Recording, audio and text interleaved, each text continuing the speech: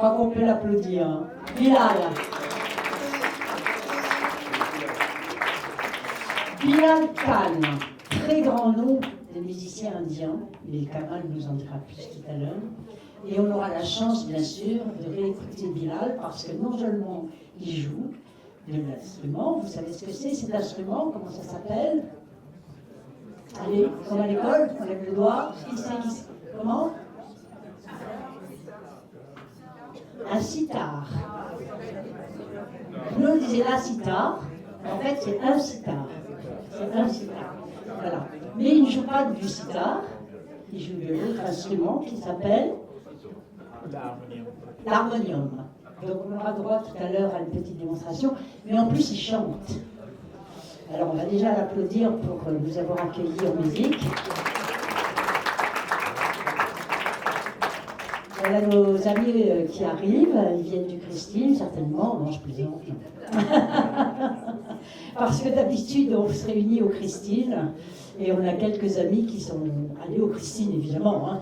Pourtant, j'ai rappelé une fois, deux fois, trois fois, attention, ce sera aux écoles ce soir. Bon. Mais vous êtes là quand même nombreux, donc ça fait plaisir. Nous allons avoir une très belle soirée, comme d'habitude, n'est-ce pas, Laurent? Une soirée indienne. Vous avez vu que j'ai mis ma petite veste indienne et la combinaison indienne.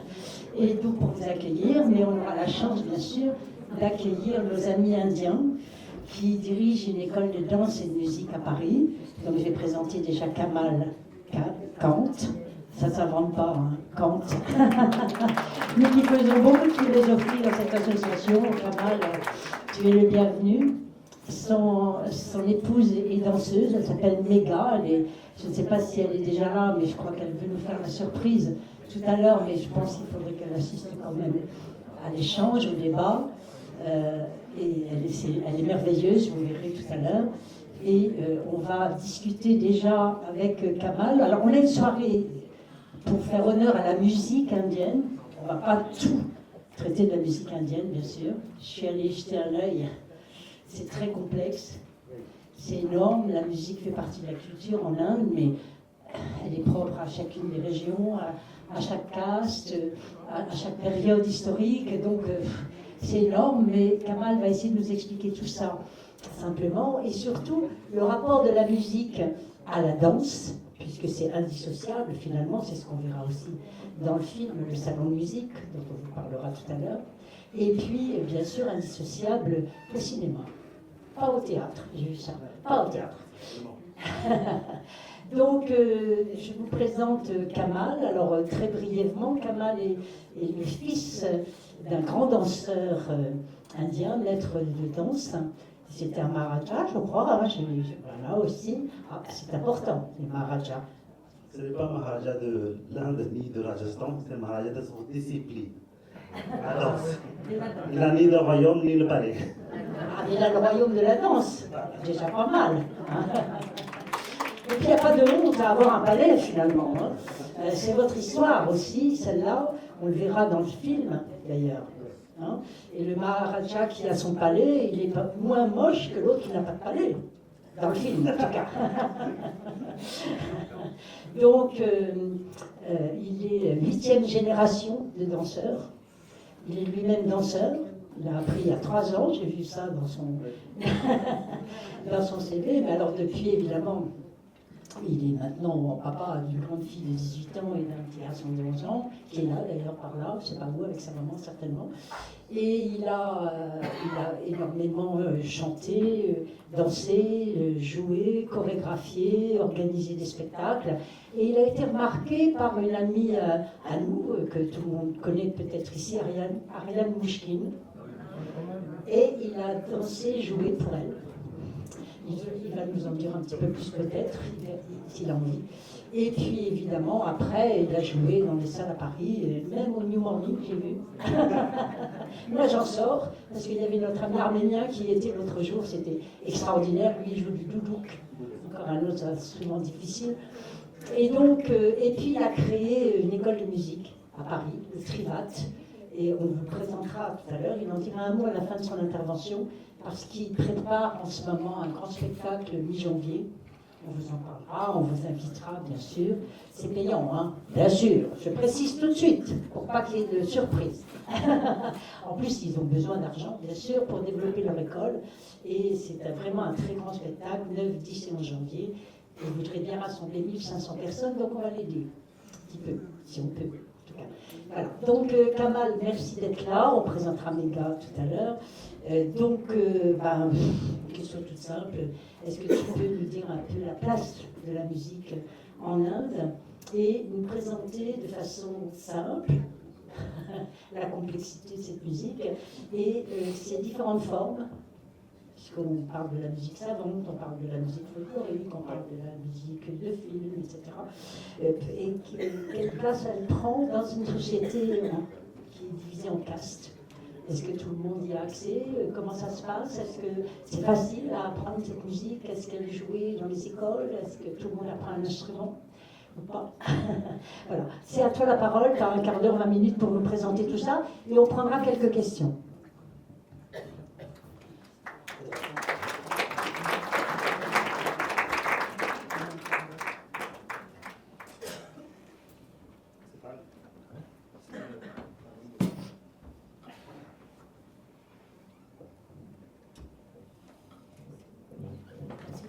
Ne pas tenir le micro, il suffit de relever ça comme ça. Voilà. Je voulais dire encore un tout petit mot. J'ai rencontré Trivat par hasard. En allant acheter cette petite veste sur un marché, j'ai demandé au monsieur indien qui vendait la veste s'il connaissait des Indiens à Paris.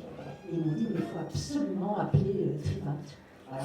Ce que j'ai fait en allant chez moi ce soir même. Je suis tombée sur Kamal, je suis allée le voir, on est resté 2h30 ensemble. On ne voulait plus se quitter, c'était formidable. Je crois qu'on a touché le gros lot, comme on dit. Kamal, c'est à toi. Bonsoir, namasté. L'histoire de la musique indienne, c'est très vaste. C'est pas possible de présenter dans un quart d'heure, ou 20 minutes, ou une journée. C'est très très long. La musique indienne, c'est la musique la plus ancienne, qui vient de Veda. Veda, c'est des écrits qui étaient faits 1500 avant Jésus-Christ. Brahmanad, le son divin. Om. C'est le son Om qui donne la naissance de tout l'univers. Aujourd'hui, on va parler de la musique et la danse, surtout de la danse kathak, parce que moi-même je suis issu d'une famille de danseurs. Il y a 7 écoles différentes qu'on appelle des gharana de musique indienne. 7 écoles différentes. Delhi, Lucknow, Banaras, etc. Quelles sont ces écoles? Ces écoles, c'est pratiquées par différents maîtres dans des générations différentes. La musique indienne est composée de 2 choses plus importantes, raga et tala. Raga, c'est les mélodies. Le musicien ou le chanteur, quand il chante, il improvise dans un système de notes qu'il doit respecter, ne pas sortir. Tal, c'est un système rythmique complexe qu'on peut improviser. Aujourd'hui, ce qu'on va faire, ce sera une conférence un peu différente. Je vais faire quelques expressions avec l'aide de Bilal qui va nous chanter et qui va être un petit peu d'échange entre les musiciens et les danseurs. Qu'est-ce que ça fait? Les castes, vous savez tous que l'Inde, c'est un pays très ancien, il y a des différentes castes, surtout les castes des musiciens et danseurs aussi. Au départ, les musiciens... Les musiciens, ils viennent de castes Mirasi, qui veut dire les gens qui viennent de la musique, de la désert totale.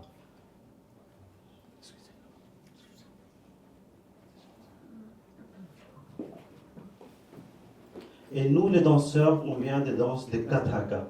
Kathak, ça veut dire le conteur qui raconte des histoires. Dans l'ancien temps, les musiciens et les danseurs, ils allaient au temple pour demander en échange de quelque chose, de donation. Et les gens qui donnaient en échange, ils chantaient des poésies, des chants de Mahabharata, Ramayana, Gita Govinda, etc. Ma famille, on pratique l'art depuis générations. Et vraiment, c'est une richesse, c'est une très, très, très grande tradition qu'on maintient depuis plusieurs générations, de père en fils. Mon fils aussi, il apprend la danse. Voilà. Bilal, il va nous chanter une chanson. Et en même temps, je vais essayer d'exprimer ce qu'il veut dire par la voix.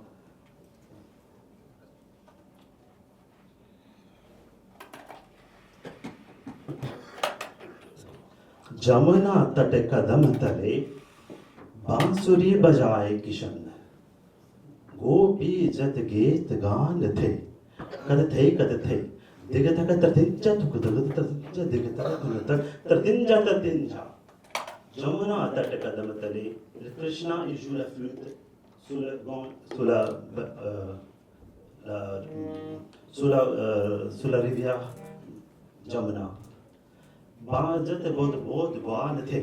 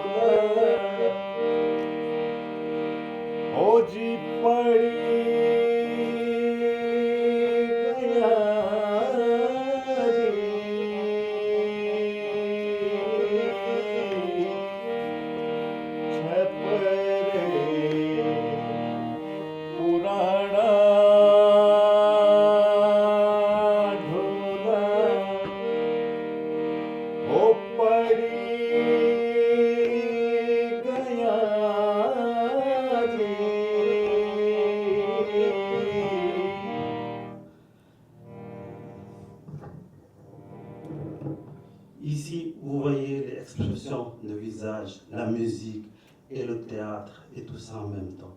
C'est-à-dire, la musique n'est pas uniquement chanter, danser et faire par la abinaya, expression du visage. C'est corporel aussi. Maintenant, on va parler de la musique. Quelles sont les castes des musiciens? Les castes des musiciens, en fait, au départ, les musiciens, c'était tous des hindous. Ils étaient convertis dans les religions musulmanes, comme M. Bilal, il vient aussi. À l'époque, il y avait le problème des castes. Et comme les castes des musiciens, ils ne sont pas très, très bien vus dans la société, alors les musiciens, ils ont converti en islam, qui n'a pas de caste. Vous voyez, c'est ça. Pour ça, la plupart des musiciens, les anciens, les ancêtres, tout ça, c'est des hindous. Ici, Bilal aussi, il a des familles. Ses arrière-grands-parents, c'est des hindous. Moi-même, je suis comme issu d'une famille de caste, des danseurs et musiciens. Ils n'ont pas converti, mais voilà, nous, on était un peu différents parce qu'on était des danseurs des cours de Maharaja et danseurs des peuples, ceux qui transmettraient des arts. Au départ, la musique était chantée dans les temples et maintenant, ils deviennent pour un public plus large. Excusez-moi, je n'ai pas l'habitude de parler en public. Si vous me faites danser 1 heure, je danserai. J'ai essayé de faire le maximum de possibilités. Et voilà, si vous voulez me demander de chanter, je chanterai 12 heures, il n'y a pas de souci. Et j'ai ici ce qu'on peut dire, la musique. Moi, je préfère qu'on fasse une question-réponse. Ce serait plus simple pour nous tous, que voilà, on puisse développer plus l'aspect de la musique, la danse dans le cinéma, Bollywood, etc. jusqu'à aujourd'hui. Alors peut-être un petit mot quand même, Bilal, sur la musique traditionnelle, ce qu'on appelle la musique classique, savante, si j'ai bien vu, et la musique aujourd'hui qu'on appelle la musique Bollywood, la musique folklorique peut-être, c'est celle-là qu'on voit dans les films de Bollywood. Alors dans le Bollywood, aujourd'hui la musique est le mélange de toutes les musiques. C'est-à-dire, il y a de la musique indienne, classique, qui est chantée par les ragas, etc. Et musique folklorique. On a à peu près plusieurs milliers de danses et musique folklorique en Inde. Et aujourd'hui, le Bollywood, c'est vraiment une musique mélange de tous les styles, de moderne, de jazz, de hip-hop, tout ça. Voilà. Alors, on va prendre des questions. Alors, une question là-bas. Donc, Jean Mariani, qui a toujours des questions. Bonjour, ça va.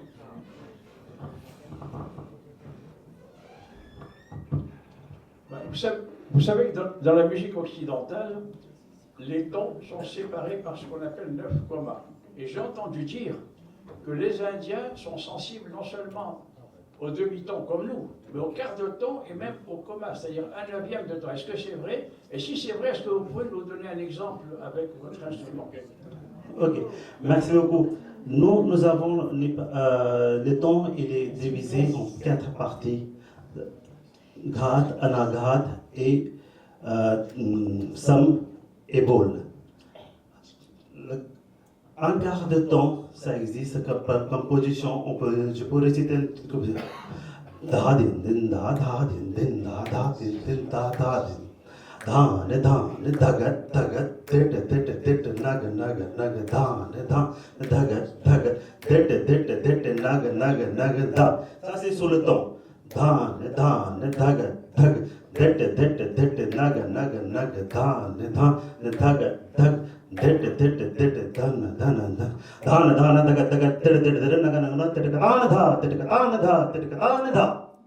ça c'est un quart de temps qui arrive sur le sol.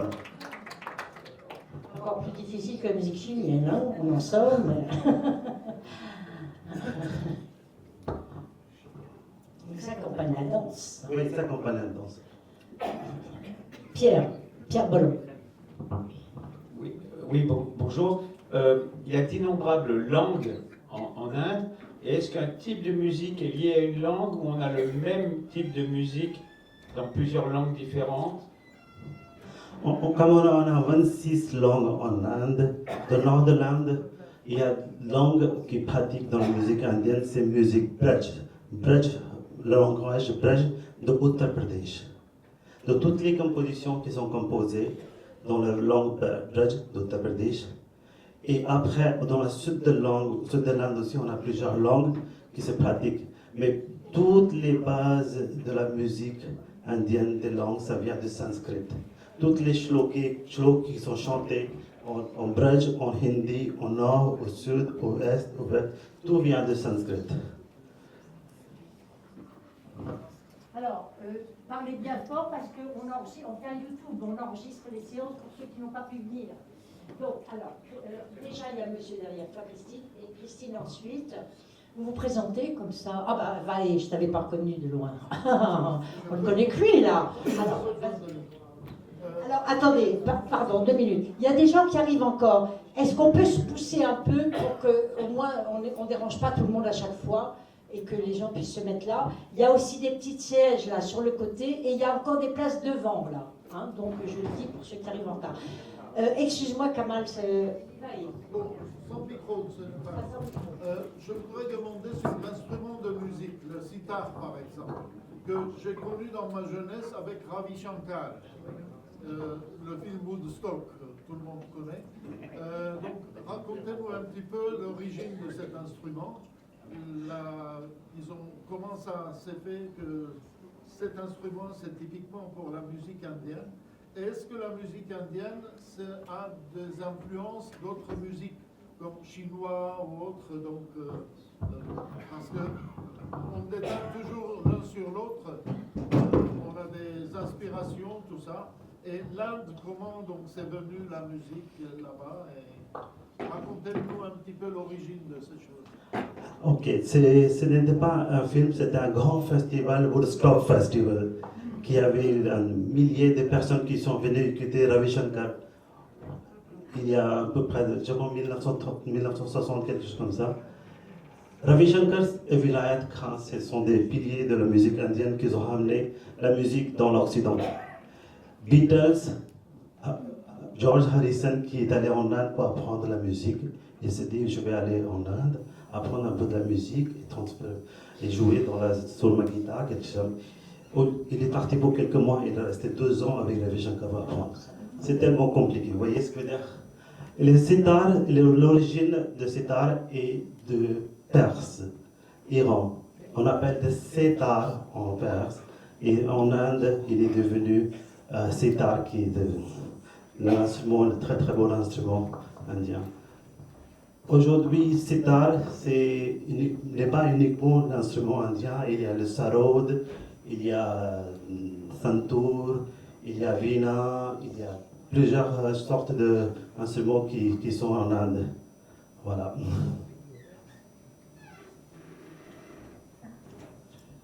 Bonsoir. 2 questions. D'abord, est-ce dans le monde occidental, il y a la musique, elle est traduite sur des modes majeurs, modes mineurs, etc. Est-ce qu'elle existe, cette notion de mode existe exactement de la musique indienne? Ça, c'est ma première question.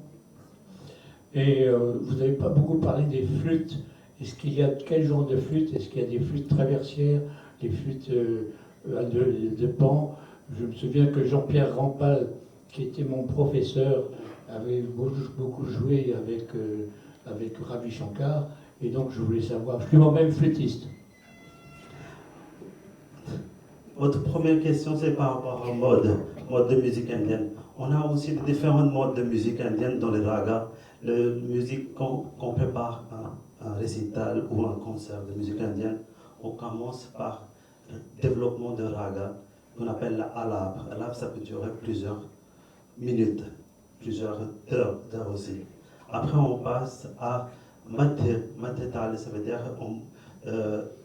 développer dans une vitesse plus rapide la musique. Après, on passe drut, c'est plus rapide. Et après, on termine avec jala.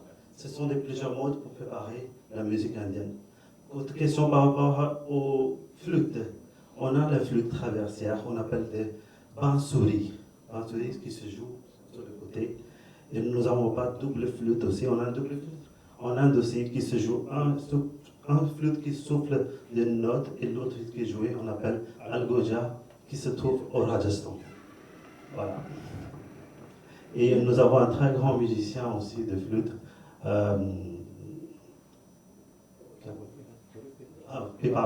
Hari Prasad Chaurasia, qui est très très connu mondialement.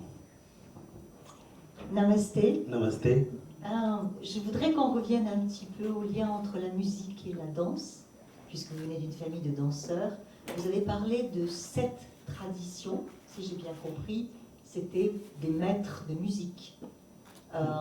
Donc, comment ces 7 traditions de la musique indienne se reflètent dans les écoles de danse?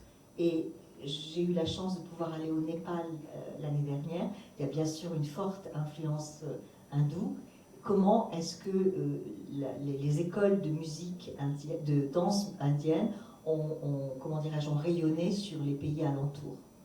Ok. Il y a 7 écoles de musique chantée. Il y a 4 écoles de percussion, de tabla, bhagavat, 4 écoles de danse. Alors, en principe, il y a 3 écoles de danse. Jaipur, moi-même je viens, Lucknow et Banaras. Ce sont des écoles de danse qui sont connues par où ils sont placés exactement, quel environnement ils ont grandi.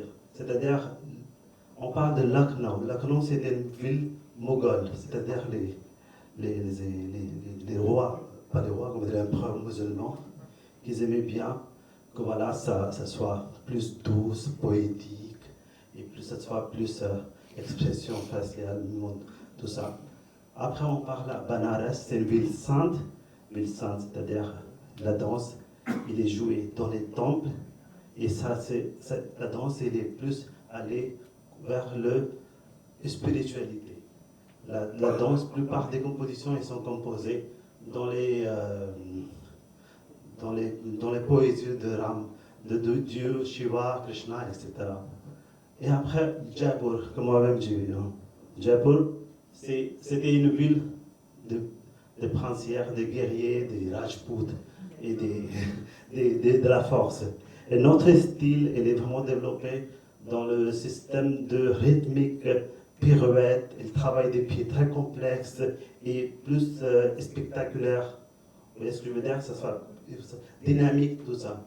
Et vous voyez, la naissance de la danse Kathak, il a vraiment influencé, il était influencé par l'autour, le public et l'ambiance qu'il a eue. Et après, le Népal aussi, c'est un pays, très très beau pays, majorité c'est des hindous là-bas. Et il y a des très beaux temples de Shiva, et il y a de la danse là-bas. Je ne sais pas quelle danse qui est plus développée là-bas, je pense que c'est plutôt la danse du nord de l'Inde. Et comme nous avons différents styles de folklore aussi, qui sont développés dans toute la région de l'Inde, vous savez qu'on a combien de langues? 26 langues, de différents États. Chaque 500 km, on change la langue. Et c'est-à-dire qu'on change la langue, c'est-à-dire on change uniquement l'habit, nourriture et façon de dire, chanter, parler, tout ça, et danser. Punjab, il est très différent de Rajasthan. Rajasthan est très différent de Gujarat. Gujarat, il est très différent de Maharashtra.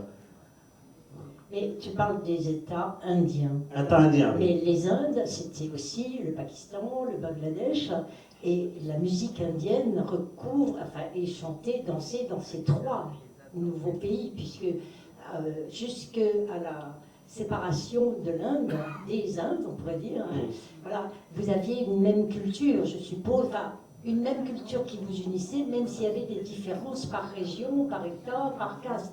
Il y avait quand même une musique dominante, si j'ose dire. Aujourd'hui, comment ça se passe?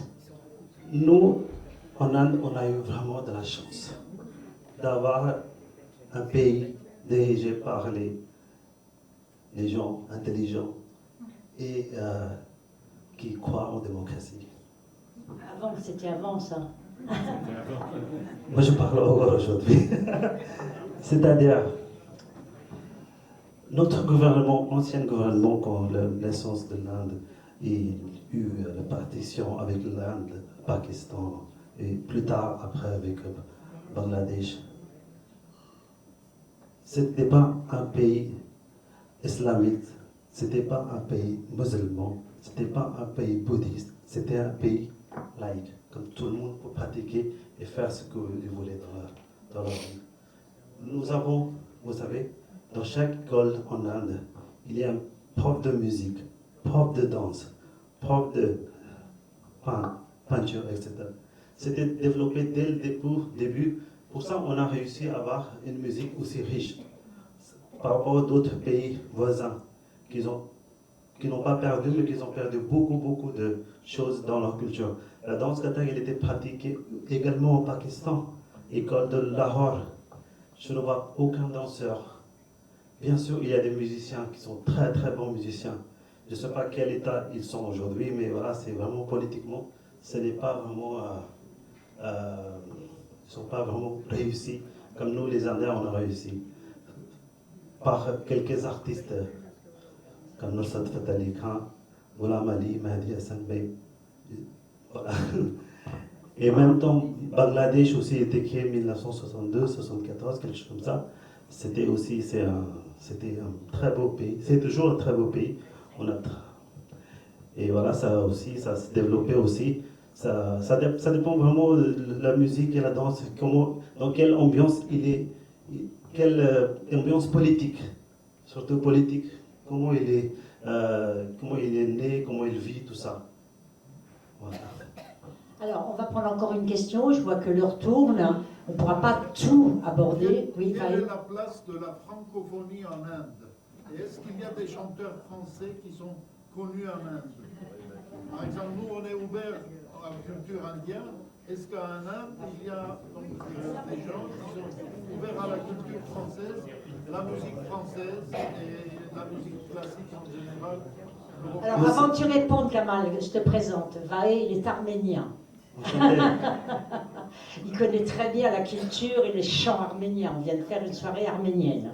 Alors, la France est ouverte à la culture indienne. Il me permettra de dire quand même que malheureusement, on ne connaît pas bien l'Inde ici en France.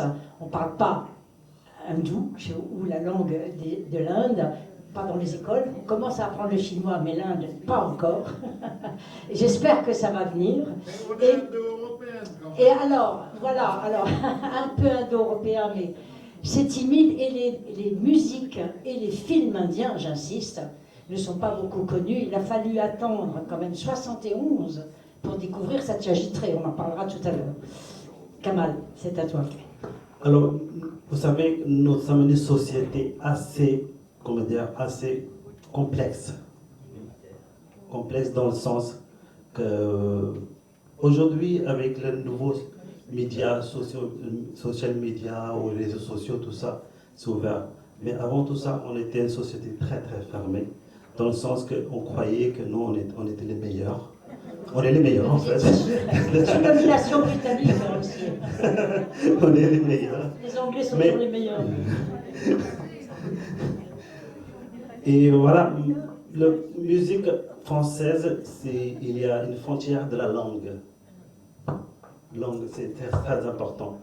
Par contre, les musiques américaines, musique anglaise, ça se passait plus facilement parce que nous, on était colonisés. 99% de colonisation, c'était anglais. Il y avait Ça a juste deux démarré petits par le comptoirs. Portugal et ensuite la France avant les La Anglais, France, hein. elle est arrivée, mais ils ne sont pas restés longtemps, ils sont restés que Pondichéry et Carical. Deux petites escales. Et c'est pour ça que nous, moi je l'ai connu, la musique indienne, quand je suis arrivé à Paris, quand j'étais invité à Terre de Soleil, et c'était un choc pour moi. Un choc culturel, déjà, voir comment les gens vivent, comment ils peuvent partager, comment ils peuvent circuler et quand j'ai commencé les premiers cours de danse dans une compagnie de danse, pour moi, je ne comprenais pas ce que ça veut dire. Le danseur, il faisait danse Et quelle contemporaine. danse? C'était de la danse de Danse salon ou c'était de contemporaine. la danse classique? Danse contemporaine. Ah oui. Il sautait dans tous les sens. Il s'allongeait. Je ne comprenais pas. Je posais la question. C'était Maggie. Maggie Marin. Je posais. Maggie. À l'époque, je ne parlais pas français, un mot de français. Je parle toujours très mal. Je ne parlais pas un mot de français. Comme je venais d'une tradition alignée de père en fils, apprendre la même chose, même histoire, même façon de faire, bien sûr avec leur ouverture d'esprit, ouverture de rencontres extérieures, mais on n'a pas eu autant d'occasions. Les danseurs, ils sautaient par là, ils sautaient, ils revenaient, ils se mettaient plat sur le sol. Ah oui. Et je posais la question, Maggie, what story they are telling? Parce que moi, je viens d'une famille de conteurs. Tout ce que je fais, je raconte quelque chose par les expressions, par mes mudras, par mes frappes de pied, mes lignes, mes pirouettes, expressions, visage, tout ça. Elle m'a dit une seule chose qui m'a encore marqué. Kamal, you don't have to think what story you are telling. Let public to judge and to see what you are telling. Just do it. Juste tu le fais et nous on essaie de comprendre ce que tu fais. On interprète. Un interprète. C'est-à-dire, c'était un mot très simple. À ce moment-là, j'ai commencé à réfléchir dans ma petite tête. Qu'est-ce qu'elle me raconte? C'est n'importe quoi. Avec le temps, quand je regardais les danseurs danser, pratiquer avec eux, et d'un moment à l'autre, tu commences à faire des mouvements et tu entres dans un système de tourbillon. Voilà, tu commences à faire ton espace sur la scène et voilà, tu commences à connaître comment ils faisaient ça. Pour moi, c'était, pour me faire ça, c'était Shiva. Chaque fois, je faisais des cours de danse classique. C'est comme ça normalement. Je ne sais pas, parmi la deuxième santé. Mais moi, il va te mettre ouais. C'était très très différent pour moi de commencer ça. Mais avec le temps, j'ai compris comment ça se passe dans la danse contemporaine. Maintenant, j'adore. Je comprends mieux le langage des danseurs. Une dernière question, Alors, Michel. ce n'est pas une question, c'est une réponse à la personne qui vient de poser cette question. Juste une petite expérience personnelle. Il y a très longtemps, 40 ans peut-être, j'ai fait un voyage en Inde. C'était pas un voyage organisé, c'était un voyage, on est allé dans cet endroit très différent, un peu isolé.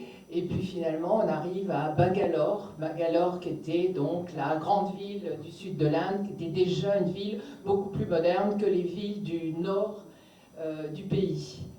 Et on va dans on était 2-3 amis, on va dans un restaurant et d'habitude on entendait plutôt des chanteurs justement indiens qui chantaient en s'accompagnant, en jouant du sitar.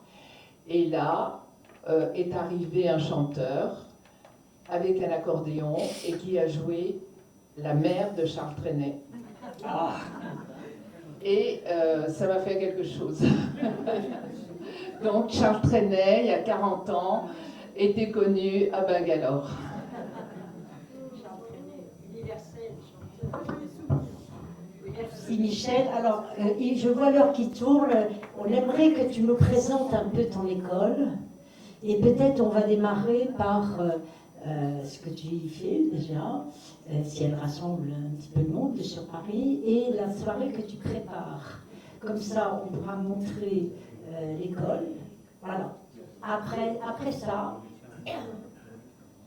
voilà. Alors ça, c'est une photo que j'ai prise de ton spectacle.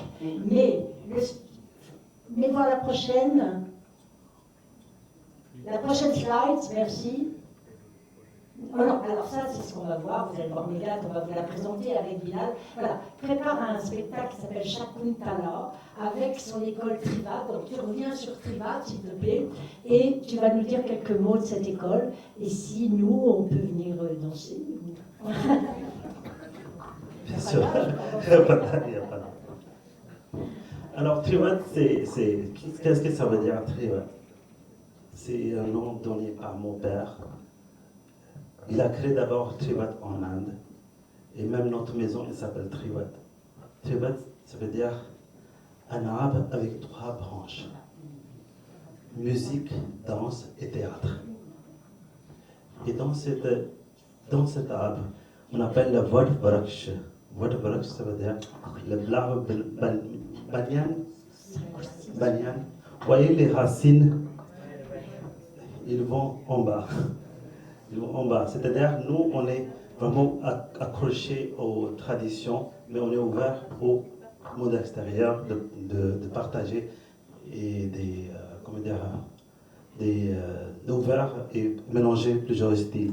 Le spectacle Shakuntala, c'est un spectacle qu'on a créé il y a 1 an à peu près, et nous, on est en plein répétition en ce moment, jour et nuit, et qui va se présenter les 10 et 11 janvier à Paris, dans le 6e arrondissement. Je ne veux pas vous dire trop, parce que c'est le spectacle, il faut qu'on garde un peu de secret, un peu de, mystère. Le Shakuntala a été écrit par un grand poète indien, Kalidasa, qui a écrit au 4e, 5e siècle. C'est son adaptation, façon Bollywood et façon dans le style de danse Kathak. Nous avons eu l'occasion de faire ce spectacle grâce à Musée Camille Claudel, dans une agence en scène.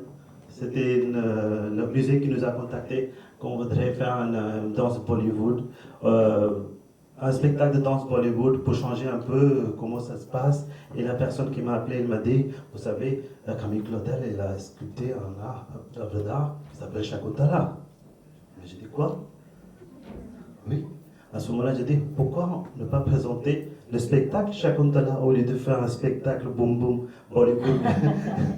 Et c'est la naissance du spectacle Shakuntala s'est fait comme ça. Voilà. Alors, je voudrais dire à Kamal que l'année prochaine, le thème de l'année du Cercle Open World sera les femmes et le cinéma. Et bien sûr, Camille Claudel fera certainement partie, évidemment, des femmes qu'on veut présenter. Il y a eu des films, il y a eu de beaux documentaires. Et pourquoi pas, on pourrait assortir cette soirée d'un extrait de ton spectacle Shakuntala. On verra bien. On reste amis, n'est-ce pas? Voilà. Donc, on va vous projeter le teaser sur le spectacle. Mais après, ce sera encore mieux, puisque vous aurez droit à Megha et Bilal qui vont interpréter une danse indienne. Donc, je vous présenterai Megha juste après le teaser. Donc, on peut envoyer le teaser.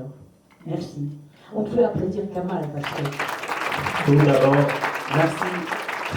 Merci beaucoup pour votre temps et me soutenir pendant la... J'ai pas l'habitude de parler au public.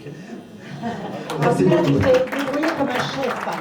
Et tu vas commencer, bien sûr, parce que tu vas faire connaître la musique indienne en France. Voilà. Je vous laisse regarder le teaser et je reviens.